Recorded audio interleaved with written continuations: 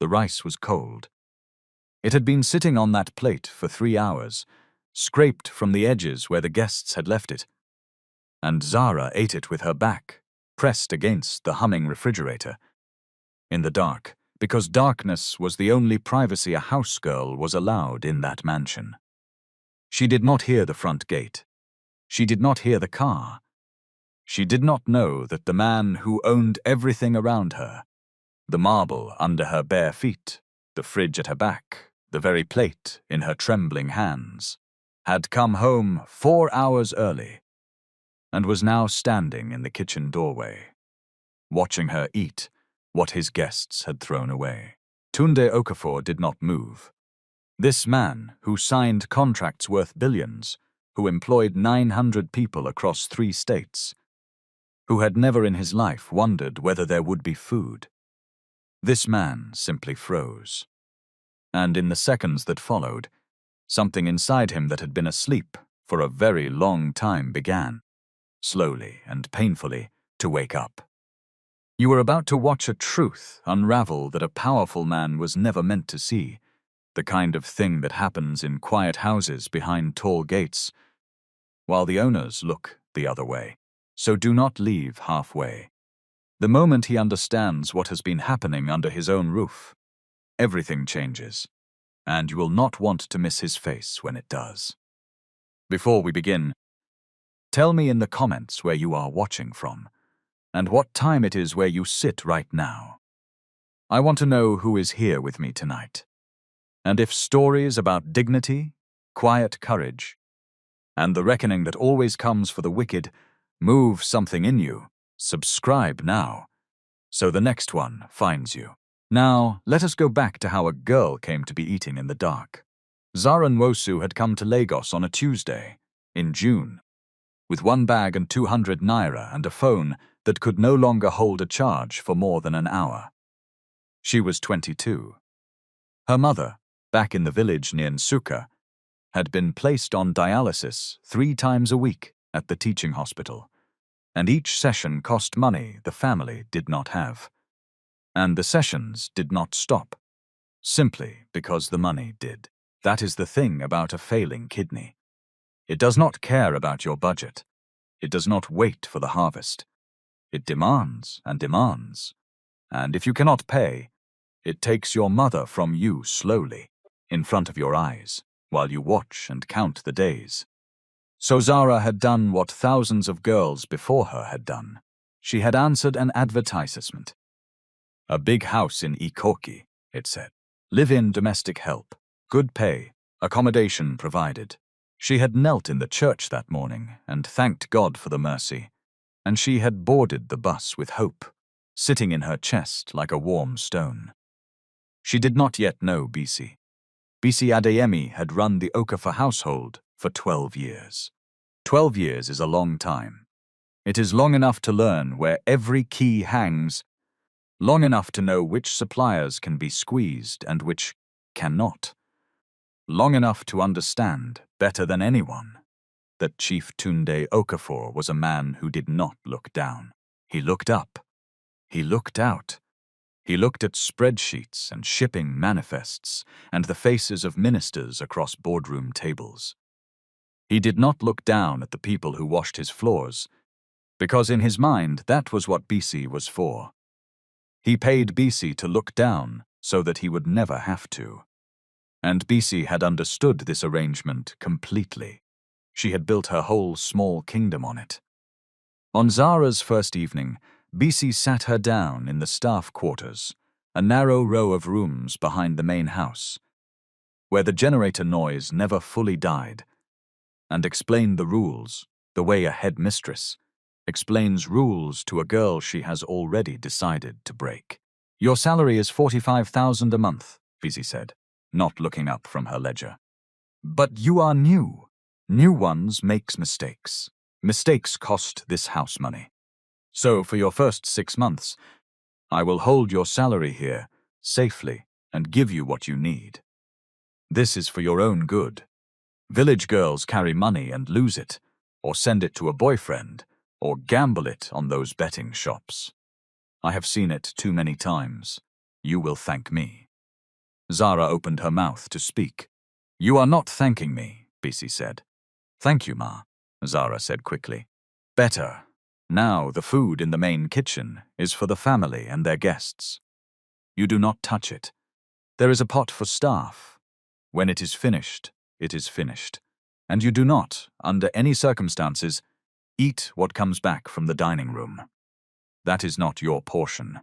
A housegirl who eats her master's leftovers is a thief who has not yet been caught. Do you understand me?" "Yes, Ma." "Say it back to me. I will not touch the family food. I will not eat what comes back from the table." "Good girl." BC finally looked up, and her smile did not reach anywhere near her eyes. "You will do very well here, if you know your level. That is the only thing that ever destroys people like you. Forgetting your level. Now go and sleep. You start at 5. That was the beginning. For the first 2 months, Zara managed. The staff pot was thin rice and a watery stew, portioned by BC's own hand, and BC's hand grew meaner as the month went on. But Zara was strong, and she was used to going without, and she told herself it was temporary. She worked. God, how she worked. She was up before the birds and down long after the last light in the main house went dark. She scrubbed floors until her knuckles cracked. She learned the geography of a house so large that on her first week she had gotten lost twice. She ironed shirts that cost more than her mother's entire hospital bill, and she folded them with a care that bordered on prayer. And every 3 days, when her phone had enough charge, she called home, and her aunt would put the phone to her mother's ear, and Zara would say, "Mama, I am fine. Lagos is fine. The people are kind. Do not worry about the money. I am sending it. Everything is arranged." None of it was true. But her mother's voice, thin as thread on the other end, was the only thing keeping Zara upright, and Zara would have told 1,000 lies to keep hearing it. The trouble was the money. Because when the end of the first month came, Zara went to Bissy and, hands folded, eyes down, asked humbly, so humbly if she could send just a small part of her salary home for the dialysis. Bissy looked at her as though she had asked to borrow the moon. "Did you not hear me on your first day? Your salary is held for 6 months. Are you deaf or are you stupid? Ma, please, my mother is sick. The hospital, everybody's mother is sick." BC did not raise her voice. That was the frightening thing about BC. She never needed to. "Do you know how many village girls have stood exactly where you are standing and told me exactly that story? Your mother, her mother, that one's grandmother. It is always somebody dying. If I released salary every time one of you cried about a sick relative, this house would be bankrupt, and I would be a fool. I am not a fool. Go back to work. Ma, I am begging you." "You want to beg?" Now something shifted in BC's face, something that had been waiting. "Then beg properly, on your knees. Let me see how badly you want it." And Zara, God forgive her, she would think later. God forgive me. Zara knelt. On the cold tile of the staff kitchen, in her uniform, she knelt. Because her mother's life was on a machine 3 times a week, and pride does not pay for dialysis. BC watched her kneel for a long moment. Then she laughed softly and said, "Get up. You disgust me, kneeling like a beggar. Where is your dignity? You people have none. That is why you were born to serve and we were born to be served." She stepped over Zara's bag on her way out. "Salary is held. 6 months. Do not ask me again." That was the day. Something in Zara went quiet. Not broken. Quiet. She stopped asking. She started calculating. She counted the days until the 6 months would end. She counted the dialysis sessions her mother would need before then. The numbers did not agree. They did not come close to agreeing. And a girl who is watching numbers refused to agree, while her mother's life hangs on the wrong side of the arithmetic, will begin to do things she swore she would never do. She began to eat the leftovers. not out of greed, out of survival. The staff pot was never enough, and Zara had started saving the tiny amounts of cash Bisi doled out for necessities, hiding it, coin by coin, wrapped in a sock inside her mattress, because that sock was the only plan she had for her mother. Every naira she did not spend on food was a naira closer to a dialysis session. So she ate less of the staff food, gave part of even her thin portion to the younger houseboy who was always hungry, and made up the difference at night, in the dark, with the plates that came back from the dining room. She told herself it was not stealing. The food was going in the bin. She was not taking it from anyone's mouth. She was taking it from the rubbish. But Bisi's words lived in her head. A housegirl who eats her master's leftovers is a thief who has not yet been caught. And so she ate in the dark, fast, ashamed, listening always for footsteps. For 11 weeks, no footsteps came. There was a boy on the staff in those weeks, younger than Zara, a houseboy named Chidi, who could not have been more than 19, and who was always hungry. The bottomless hunger of a body still growing on food that was never enough. Zara took to leaving part of her own thin portion where he would find it. She told him it was extra. It was not extra. There was never extra. She simply decided that a growing boy needed it more than she did, and made up her own shortfall in the dark, later, with the plates from the dining room. She never told him where the difference came from. She did not want him carrying the shame she carried.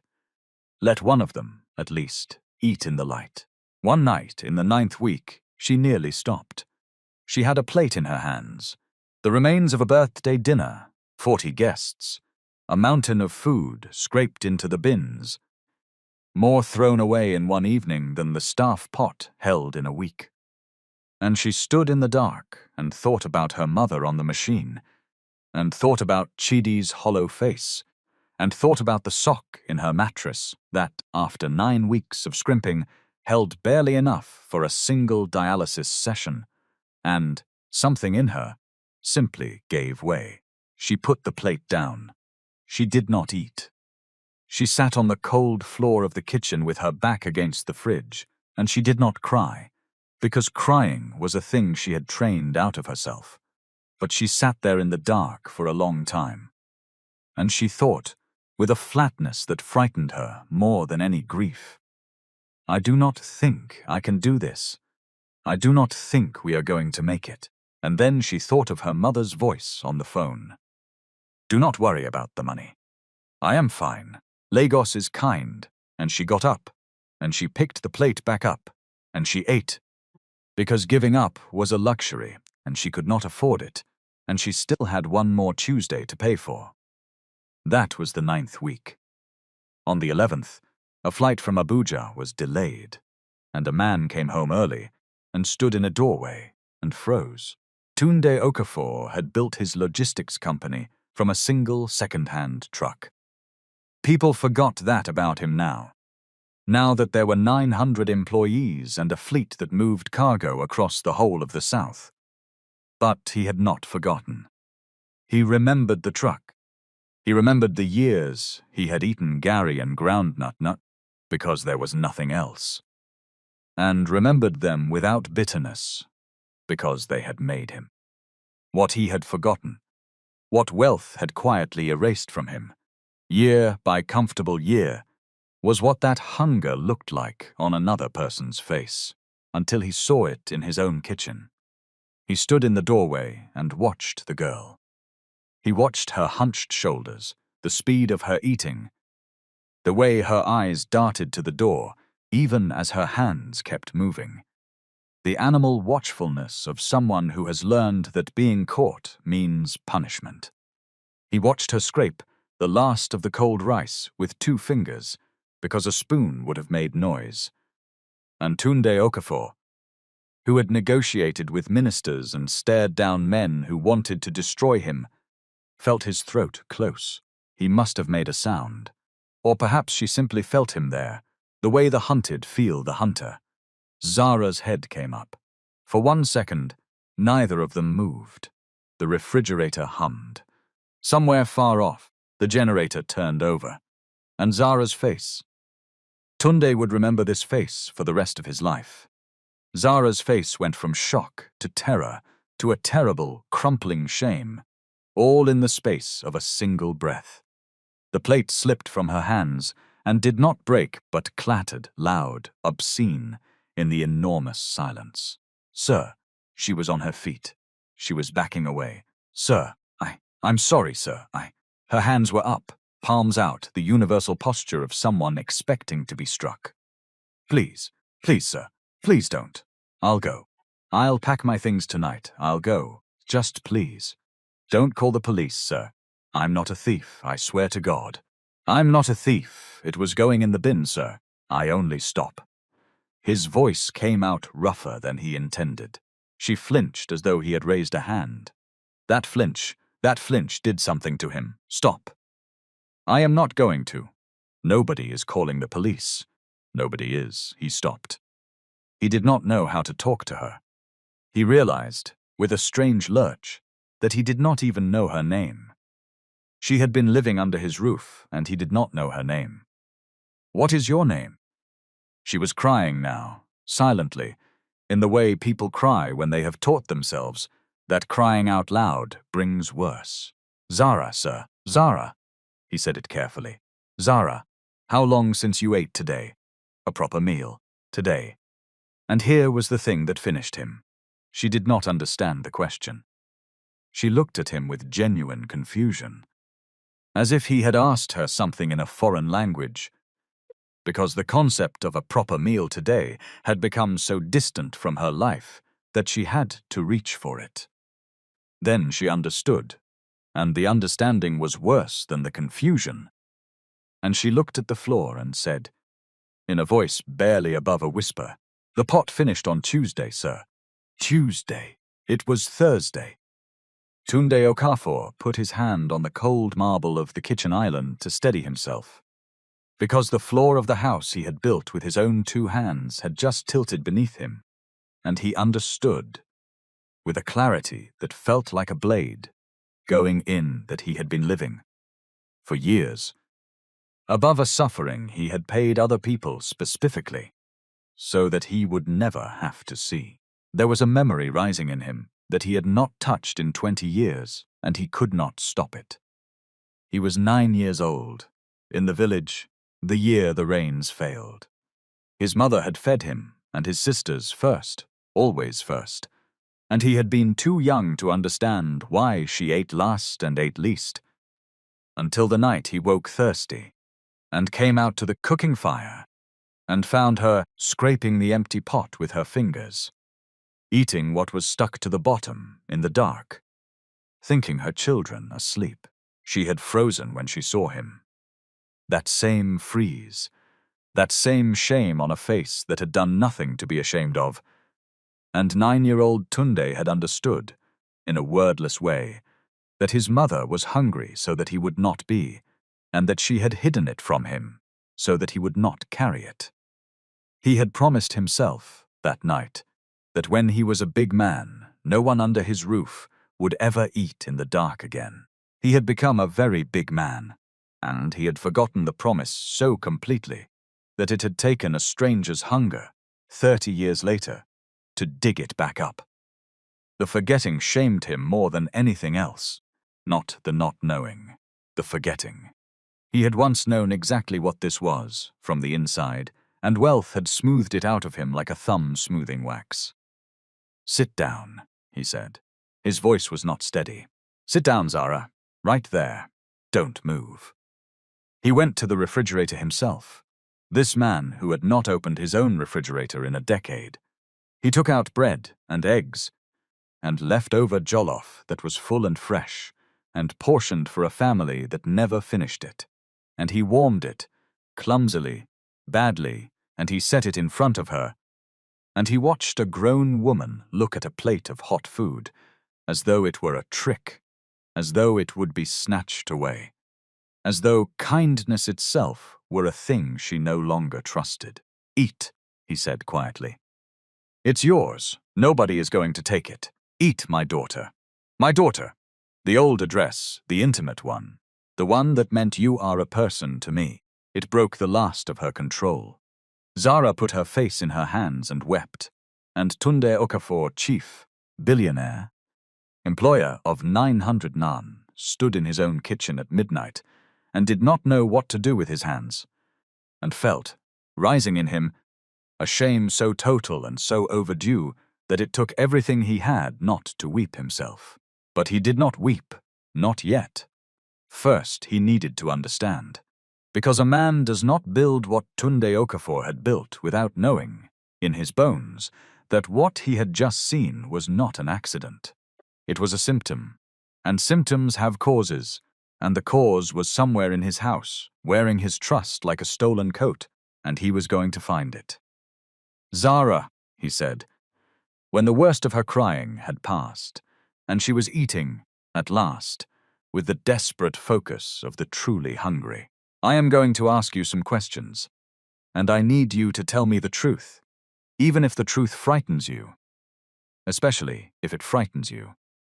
Nobody in this house is going to hurt you. Do you understand? You are safe now. Whatever you tell me, you are safe. She looked up at him, and in her eyes was 12 years of BC's kingdom, and 11 weeks of eating in the dark, and a lifetime of learning that safe was a word rich people used and never meant. You will say that now, sir, she whispered, but in the morning you will forget, and she will still be here. Who, said Tunde Okafor very softly, is she? Her name was BC Adeyemi, and by the time the sun came up on Friday, Tunde Okafor had learned enough to understand that he did not, in fact, know his own house at all. He did not confront BC that morning. This is important, and it is the thing that separated Tunde from a lesser man.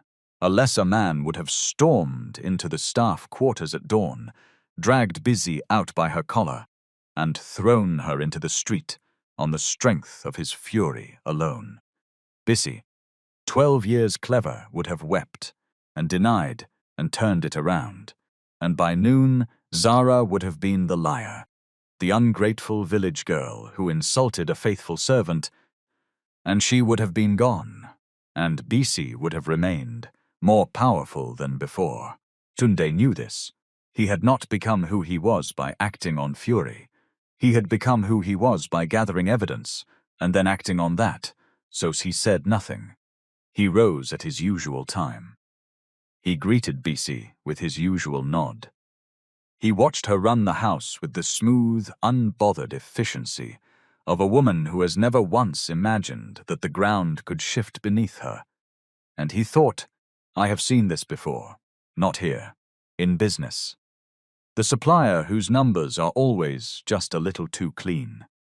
The manager whose department never has a problem because he is quietly burying every problem. Confidence like that is not innocence.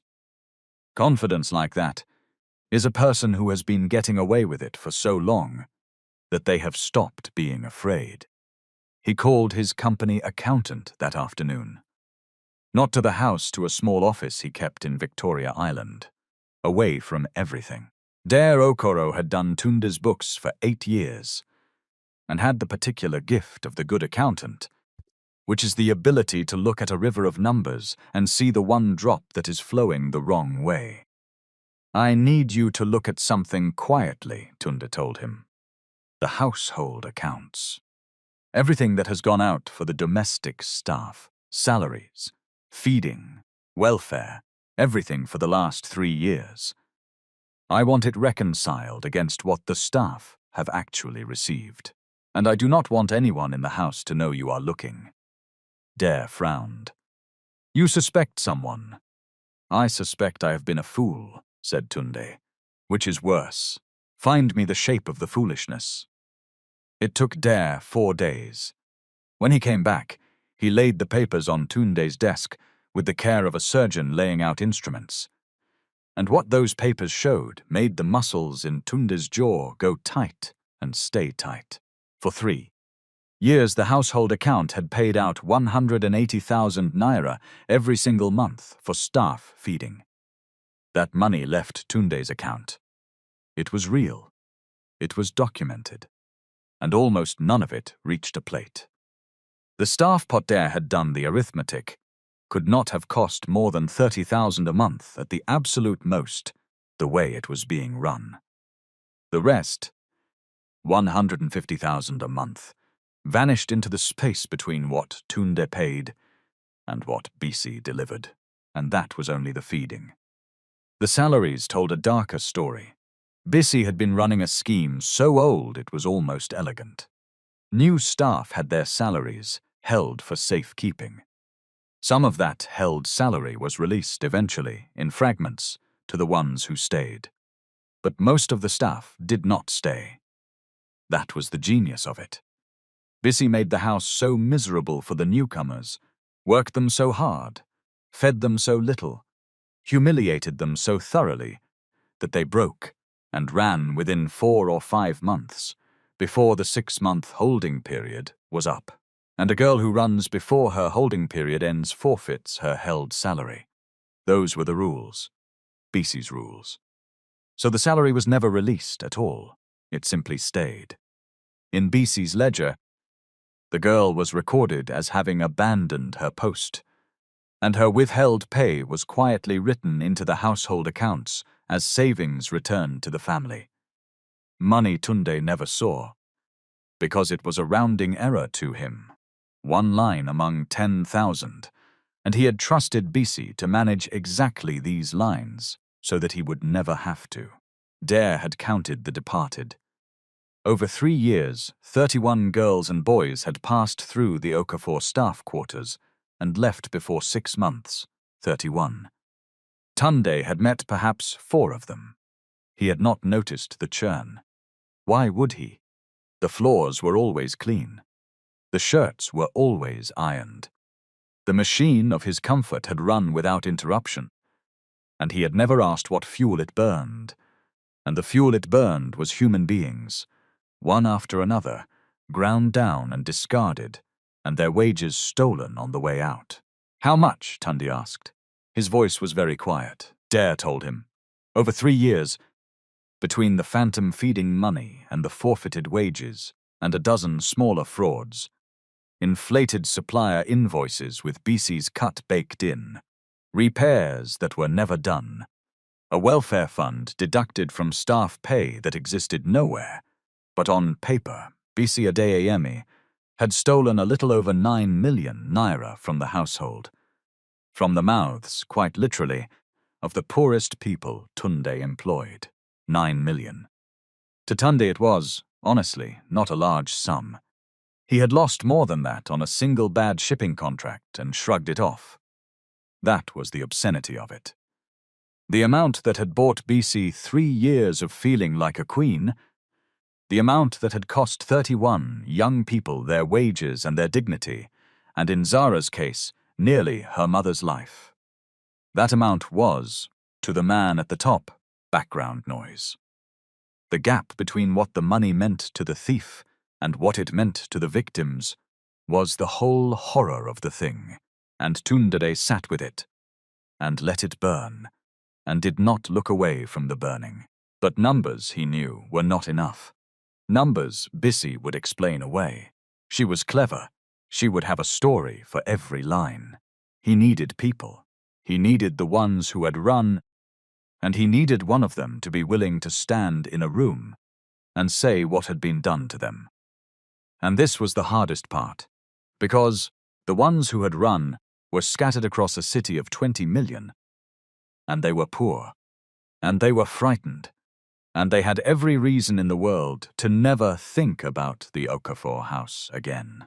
Dare found her through the old phone records, a girl named Amara Bello, who had lasted 5 months 2 years ago and had left, the ledger said, by abandonment.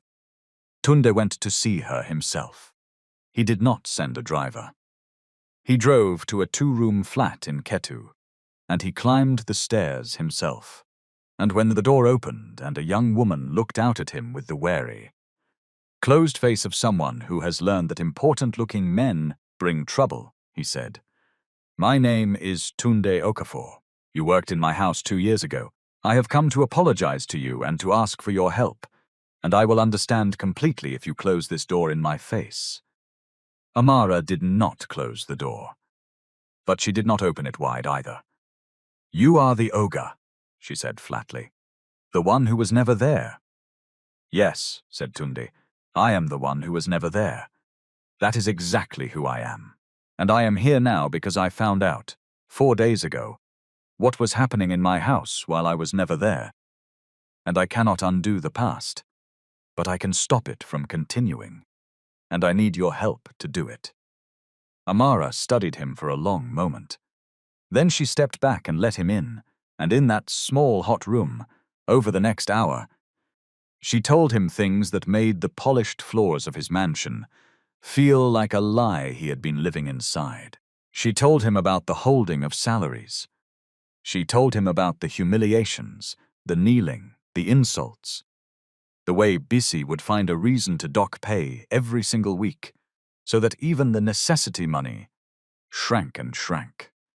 She told him about a boy who had gotten sick and been told to keep working because sickness is for people who can afford it, and who had collapsed and been sent away without a naira. She told him how she herself had left, not abandoned, run, in the middle of the night, because Bisi had accused her of stealing a bracelet that Bisi had almost certainly taken herself, and had threatened to call the police, and Amara had known, the way poor people always know, that in a contest between a housegirl's word and a chief servant's word, the housegirl loses, and the housegirl goes to a cell. I ran with nothing, Amara said. 5 months of work, she kept all of it. And I was one of the lucky ones, Oga, because I had a cousin in Lagos to run to. The others had nobody. God knows what happened to the others.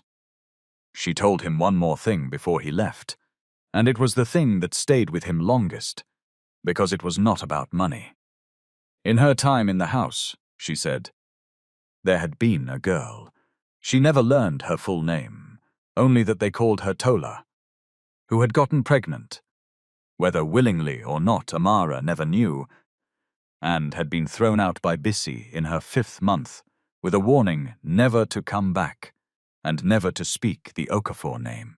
Bisi told her she had disgraced the house, Amara said, as if the house had ever given her anything to disgrace. As if a girl who cleaned floors 16 hours a day and was paid in insults owed the house her whole body as well. I think about her sometimes. Out there, 5 months pregnant, no wages, no reference, no name she was allowed to use, and the ogre of that house sleeping soundly upstairs, not knowing she had ever existed. Amara looked at him without cruelty, which was worse than if she had been cruel. You were sleeping soundly, Ogre, for years. That is not a crime the police can charge you with. But it is not nothing, either. Tunde did not defend himself. There was no defense. He wrote the name Tola in his notebook, though he had almost nothing to find her with, and he resolved that if she could be found, she would be. It would take him a long time, but he would look. He was, at last, a man who looked. Will you say all of this? Tunde asked. In front of her. In front of witnesses. I will protect you. Whatever you need a lawyer, money for your time, anything. But I need the truth spoken out loud in a room where she cannot twist it. Will you come? Amara was quiet for a long time. Then she said something that Tunde carried with him for the rest of his life. You know why she got away with it for so long, she said. It is not because she is clever, although she is clever. It is because to you, we were not real. We were not people with names. We were the thing that made the floors clean. You did not need to know our names because Bisi was the one who dealt with us, and you paid Bisi so you would never have to look. That is how she ate for 12 years, Ogre. She ate in the space where you refused to look. Amara met his eyes. Yes, I will come, but not for you. for the ones who had nobody to run to. And so that the next girl who comes to that house is a person before she is a floor. While Tunde was building his case in the shadows, something was happening in the house that he had not planned for, and that would tell him more about Zara Nwosu than any spreadsheet ever could. He had, in the days after the kitchen, changed how he moved through his own home. He came down earlier. He noticed things. He learned the names of every member of staff. All of them, said out loud, to their faces, which made Bisi's eyes narrow, though she said nothing.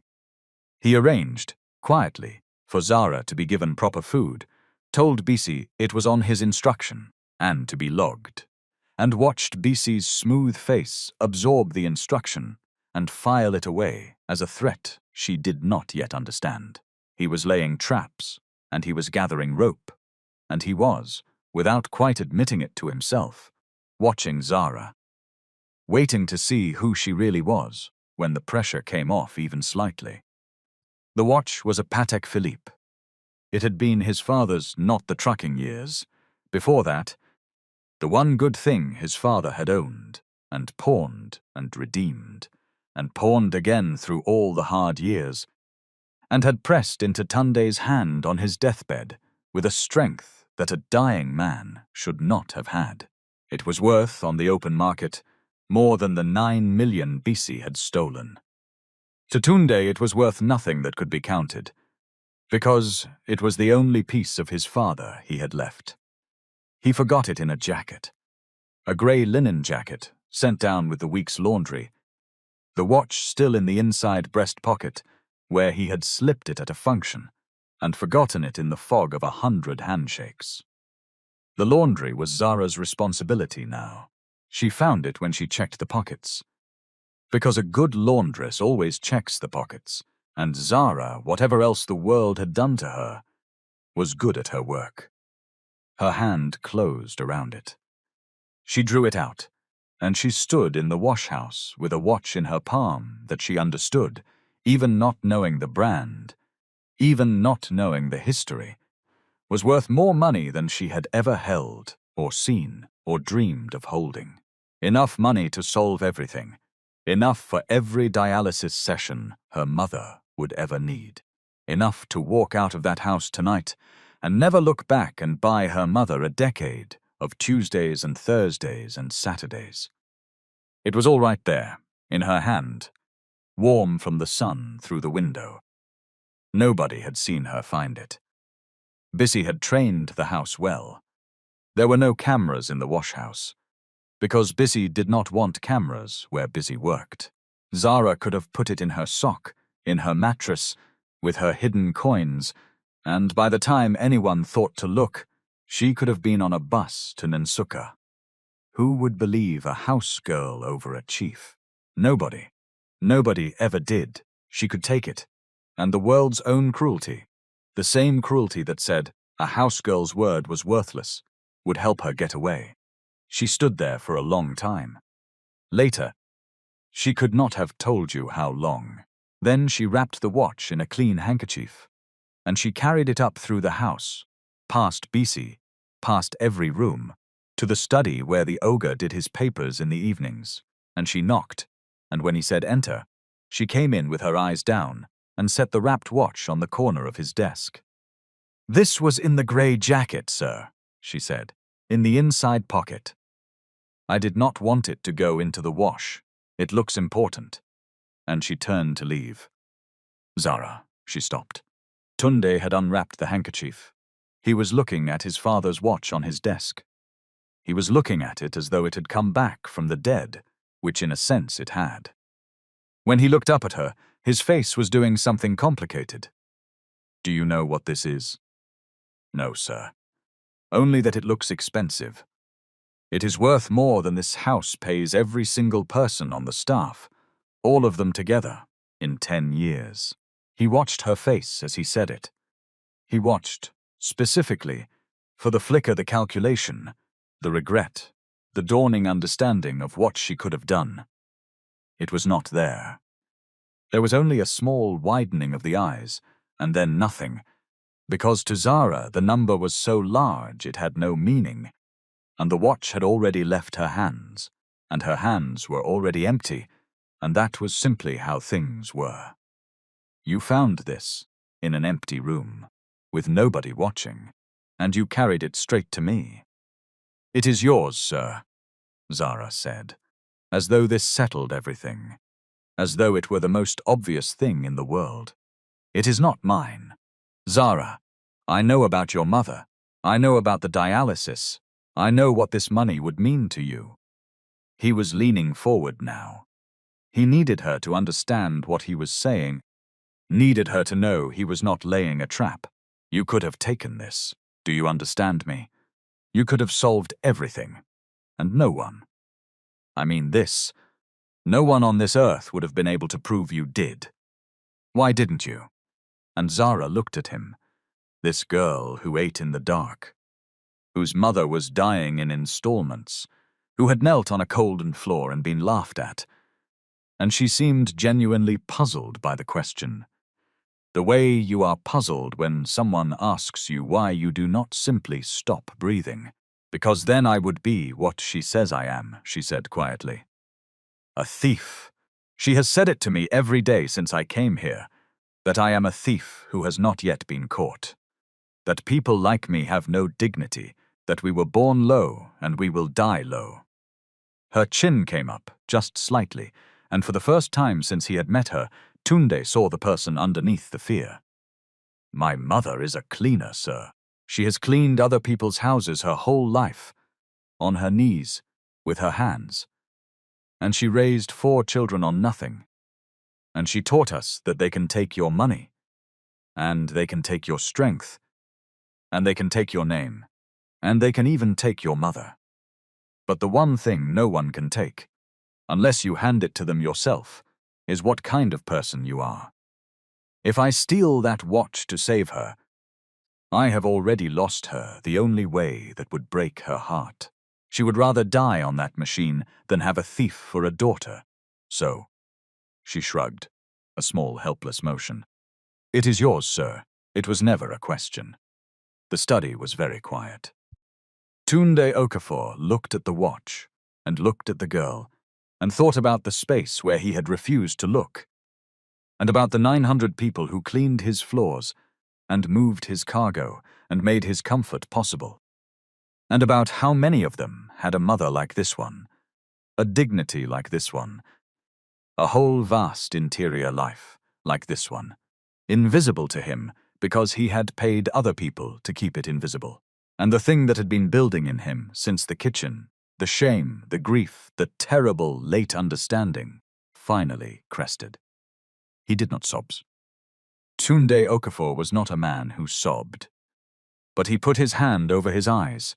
This billionaire, this chief, alone at his desk, with his dead father's watch, and his living employee's dignity laid side by side in front of him, and his shoulders shook. And when he took his hand away, his face was wet, and he did not bother to hide it. Sit down, Zara, he said when he could speak. Please, sit down. I owe you an apology that is 3 years too late, and I am going to say it anyway, and then I am going to tell you what is going to happen in this house on Saturday. Because on Saturday, my daughter, everyone in this house is going to learn something about their level, and it will not be the lesson they are expecting. She sat, slowly, on the edge of the chair, the way a person sits who has never been invited to sit in a room like this, and does not fully believe the invitation. And Tunde told her.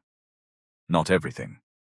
He did not tell her about Amara yet, did not tell her about the lawyer, kept some of it back, because he had learned that a plan spoken too early is a plan that leaks. But he told her enough. He told her that he knew now what BC was. He told her he had the numbers, all of them, 3 years of them, in his accountant's careful hand. And then he asked her something that surprised her. When it happens, he said, when the truth comes out in front of everyone, do you want to be there? You do not have to be. Some people would rather not watch. There is no shame in that. But if you want to stand in that room and see it, You have earned the right to, more than anyone. So I am asking you, not telling you, asking, what do you want? It was the second time in a week a powerful person had asked Zara what she wanted, and she was still not used to it, still felt the strange vertigo of being consulted about her own life. She thought about it. She thought about all the mornings she had knelt, about the cold rice, about the sock in the mattress, about Chidi's hollow face and her mother's thread-thin voice. And she found, underneath all the fear that Bisi had planted in her, a small hard seed of something she had almost forgotten she owned. I want to be there, she said. Not to gloat, sir. I am not that kind of person. And anyway, gloating is for people who were never truly hurt. I want to be there because for 3 years she looked at me and saw a thief who had not yet been caught. And I want to be standing in that room, on my own 2 feet, when everyone finally sees who the thief actually was. I do not need to say anything. I just want to be seen standing. That is all. Just once. Standing. Tunde Okafor looked at her for a long moment, and then he nodded, slowly, because he understood, and because it was the most reasonable request anyone had ever made of him.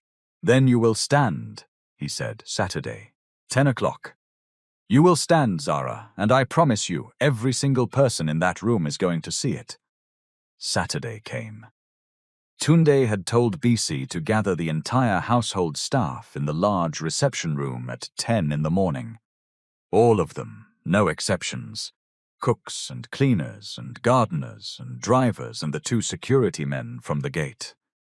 He had told her it was a review, a reorganization. Bisi had heard the word reorganization and heard opportunity in it.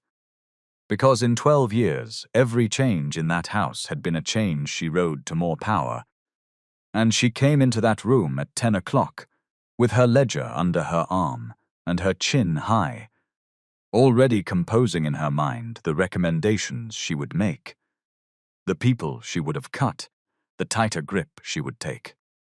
She did not notice, at first, the 2 people standing quietly to the side of the room. She did not know Dera Okoro by sight, and she had not seen Amara Bello in 2 years, and did not recognize, in the composed young woman by the window, the terrified girl she had chased into the night with threats of the police. Tunde came in last. He did not sit. He stood before them all, and Zara stood among the staff with her heart going like a hammer, because she, alone in that room, besides Tunde, knew what was coming, and even she did not know the shape of it. I want to thank you all for your work, Tunde began. This house runs because of you. I have not said that to you enough. In fact, he paused, I have not said it to most of you at all, because until 2 weeks ago I did not know most of your names. That was a failure. My failure. I am the head of this house, and a head that does not know its own body is not a head, it is an ornament. I have been an ornament. That ends today. Bisi's smile was patient, indulgent. The ogre was being sentimental. It would pass. Bisi, Tunde said, how much do we spend each month feeding the staff? A flicker. Just a flicker. Then the smooth answer. 180,000, sir. As you approve every month. I keep everyone well fed, sir. You know this. I run a tight house, but a fair one. A fair one, Tunde repeated. Dare, the feeding. Dare Okoro stepped forward and began to read. He read flatly without drama, which made it worse, the way a doctor reads a diagnosis. He read the 180,000 that went out each month. He read what the staff pot actually cost, reconstructed from the market purchases. Never more than 30. He read the gap. He read it multiplied by 36 months. He read the number that was left over, the 150,000 a month that had no destination on any honest page.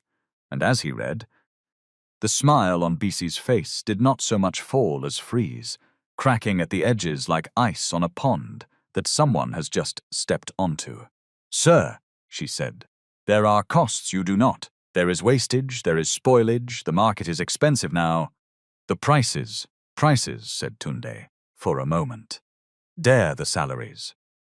And Dare read the salaries. He read the holding scheme.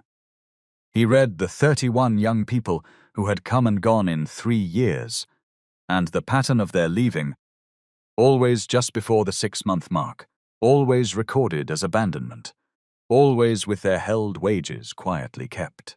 And here Bisi found her feet again, because this was the ground she knew, and she drew herself up. Those girls abandoned their posts, she said, and her voice had iron in it now, the old iron that had made grown women kneel.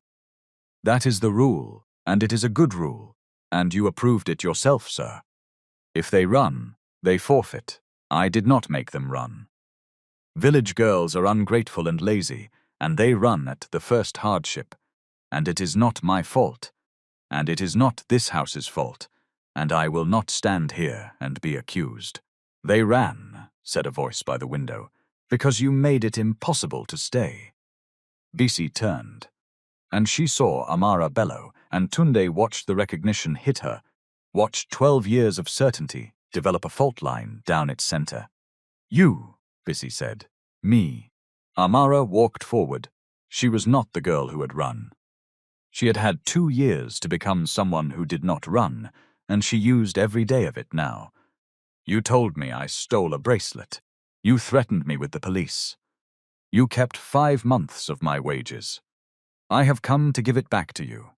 Not the money.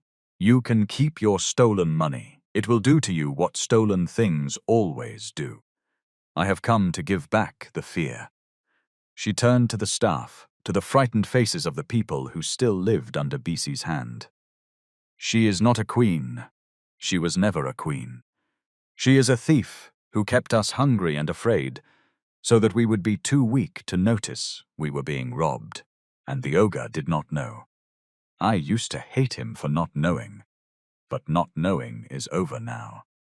This is a conspiracy, Bisi said, and her voice had climbed, and the iron in it was cracking into something shrill. This girl is a known liar, a thief. She was dismissed for stealing, sir. You cannot possibly believe, after 12 years of my faithful service, you would take the word of a house girl and a what? Tunde said. His voice was very quiet, and the quiet stopped her cold. Finish it, Bisi. A house girl and a what? Say the word you have said to all of them, every day, for 12 years. Say it to my face. Tell me what their level is. Bisi did not finish it. There is a lawyer arriving at 11, Tunde said to the room, but mostly to her. And after him, if I choose, the police. The evidence Dare has assembled is not a matter of one girl's word against yours. It is your own ledger, Bisi, in your own hand, against the bank records in mine. 12 years.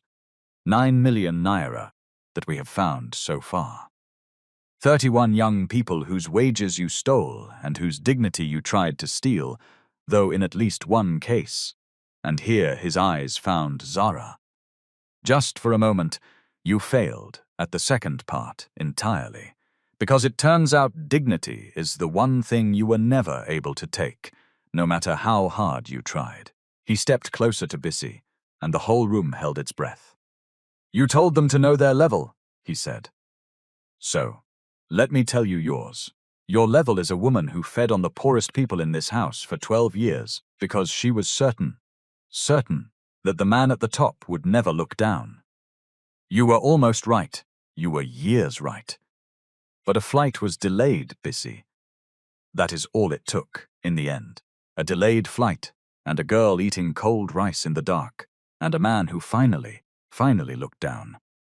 You built your entire kingdom on my blindness, and I have opened my eyes. He turned away from her. Take her ledger. Dare, escort her to wait for the lawyer.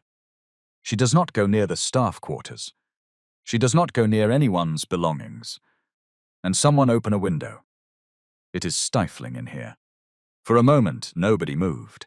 12 years is a long time to be afraid of a person, and fear does not evaporate the instant you are told it is safe to stop.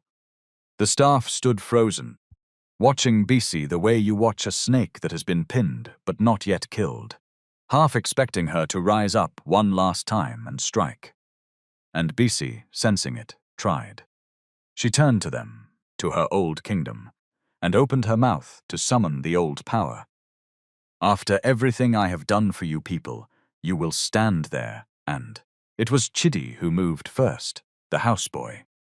19 years old, the hungry one, the one Zara had fed in the dark without ever telling him why. He did not shout, he did not accuse. He simply walked across the room, past Bisi, without looking at her, as though she were already gone, already nothing, already a story that had ended.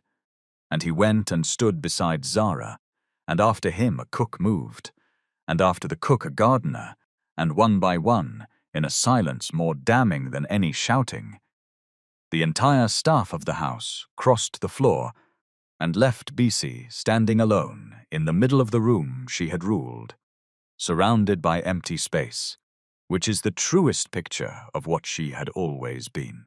She had told them every day to know their level, and in the end they had all quietly learned it. It simply was not the level she had meant. Their level was this: they were people. They had crossed a room together on their own feet and left a thief standing in her own emptiness, and no one had needed to say a single word. The lawyer came at 11. The police were not called that day. Tund made a colder, more lasting choice. He recovered every naira the law would let him recover, which was most of it, because Bisi had been arrogant enough to keep her stolen money in accounts a court could reach.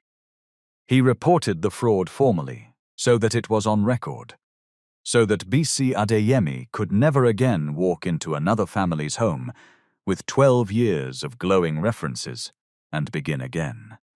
And he made certain, through channels a man of his weight has access to, that every domestic staffing agency in Lagos knew her name and knew what she had done.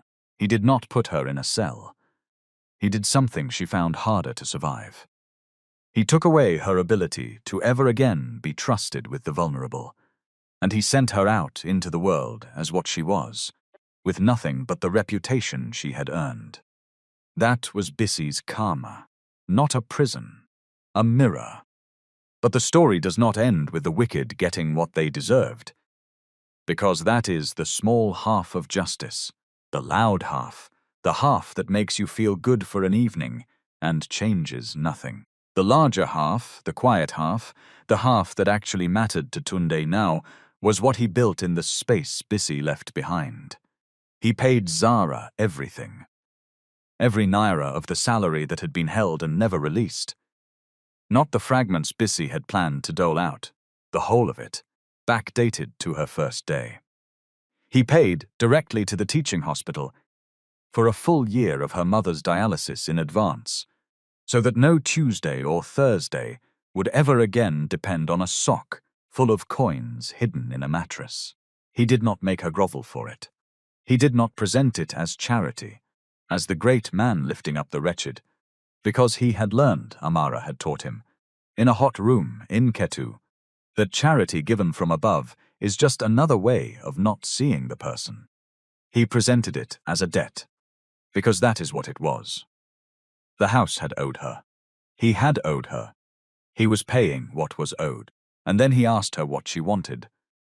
Not what she needed. Anyone can guess what a poor person needs, what she wanted. It is a question the poor are almost never asked, and Zara had to sit with it for a while before she could even answer, because wanting was a muscle she had not been allowed to use. She wanted to be a nurse. Because of the machine, she said. Because of all the Tuesdays and Thursdays she had imagined at her mother's bedside and been too far away to attend. Because the nurses at the teaching hospital, her aunt told her, were the ones who made the difference between a dialysis patient who despaired and one who kept fighting. And she wanted to be that difference for somebody's mother, the way she could not be for her own. So Tunde paid for that too, not as a gift.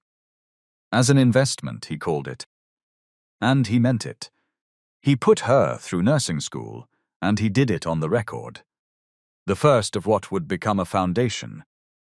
Because the man who had spent 3 years not knowing 31 names had decided that the rest of his life would be spent making sure the invisible people got seen. He restructured the entire household. Every member of staff was paid directly into their own bank account. No holding, no intermediary. Their salaries set at nearly double what BC had been claiming to pay. He set up something that had never existed in that house. A way for the lowest person on the staff to speak to the highest, directly without going through anyone. A number they could call, a door that was actually open. He knew, being honest with himself, that no system is proof against every BC the world produces. But he also knew that BC had fed for 12 years specifically in the dark space, where no one could speak upward. And he was determined that in his house, that space would never exist again. Nursing school was not easy for her. She had left secondary school early, when the money first ran out, and she had to be tutored in the sciences she had missed, sitting up late with textbooks after long days, the way she had once sat up late with plates in the dark. Except now the thing she was consuming was knowledge, and no one made her hide it. There were nights she wanted to quit. Chemistry defeated her again and again. But she had learned something in that kitchen that no lecturer could teach, and no examination could measure. How to keep going when the numbers refused to agree. How to pick the plate back up off the floor. A girl who has decided not to give up on her mother's life does not give up easily on anything. She failed her pharmacology paper once. She sat it again and passed.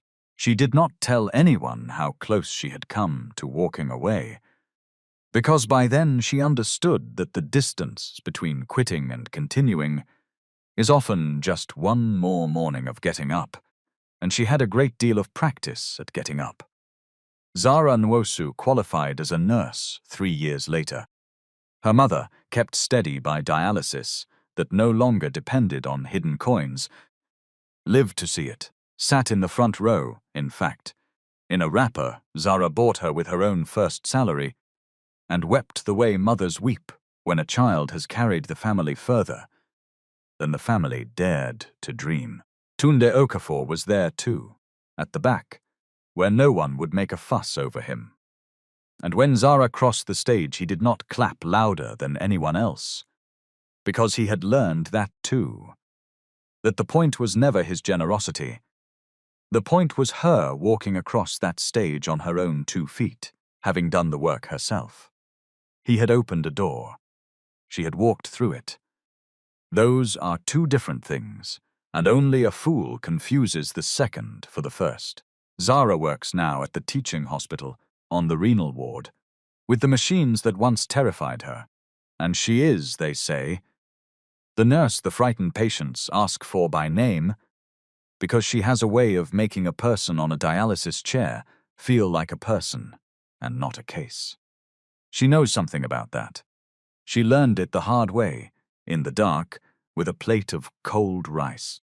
She and Tunde are not family. Fairy tales would make them family, would marry her to his son, or reveal she was his long-lost daughter, or some other neat bow. Life is not a fairy tale, and the truth is better than the bow. They are something rarer than family.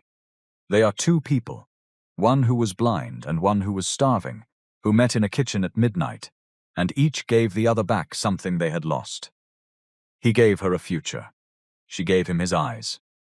Here is what I keep coming back to when I think about this story. It is very easy to hate BC.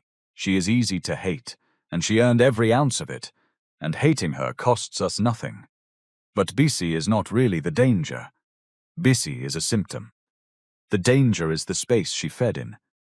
The space between the man who signs the check and the person whose plate it was meant for. Most of us are not BC, but almost all of us, at some point, are Tunde before the delayed flight. We approve the number and never ask about the plate. We are kind to the people we see, and blind to the people who are kept unseen for our convenience. We assume that because we are not cruel, no cruelty is being done in our name. In the rooms we pay other people to manage, so that we never have to enter them. The lesson of this story is not that a rich man was generous. Generosity is cheap for the rich. It costs Tunde nothing to write a check. The lesson is what came before the generosity, the looking. The choosing to see the name behind the labor, the mother behind the house girl, the whole vast human life behind the person who makes your comfort possible, and whom you have trained yourself not to notice. That is the expensive thing. That is the thing almost no one does. And a girl kept her dignity in the dark long enough for one powerful man to finally do it, and that. Not the money, not the downfall of the wicked. The looking. That is what changed everything. So the next time someone cleans up after you, or serves your food, or moves through your life in a uniform designed to make them invisible, look at them. Learn the name. Ask the question the poor are never asked. You may never know what a delayed flight of your own attention could interrupt. You may never know whose midnight, in the dark, you could end. That is worth more than 9 million naira. That is worth more than any watch. If this story moved you, do not keep it to yourself. Somewhere right now, someone is eating in the dark, and someone else has simply never thought to look. Share it, and tell me, down in the comments. Has there ever been a person in your own life whose name you finally learned, whose story you finally saw? I read everyone. Tell me where you are watching from, and what the time is where you sit tonight.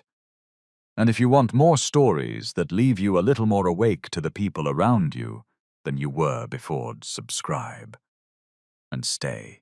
There is always another one coming, and every single one of them is about somebody the world decided not to see. Until the next story, keep your eyes open. You never know whose life is waiting in the space where you have not yet looked.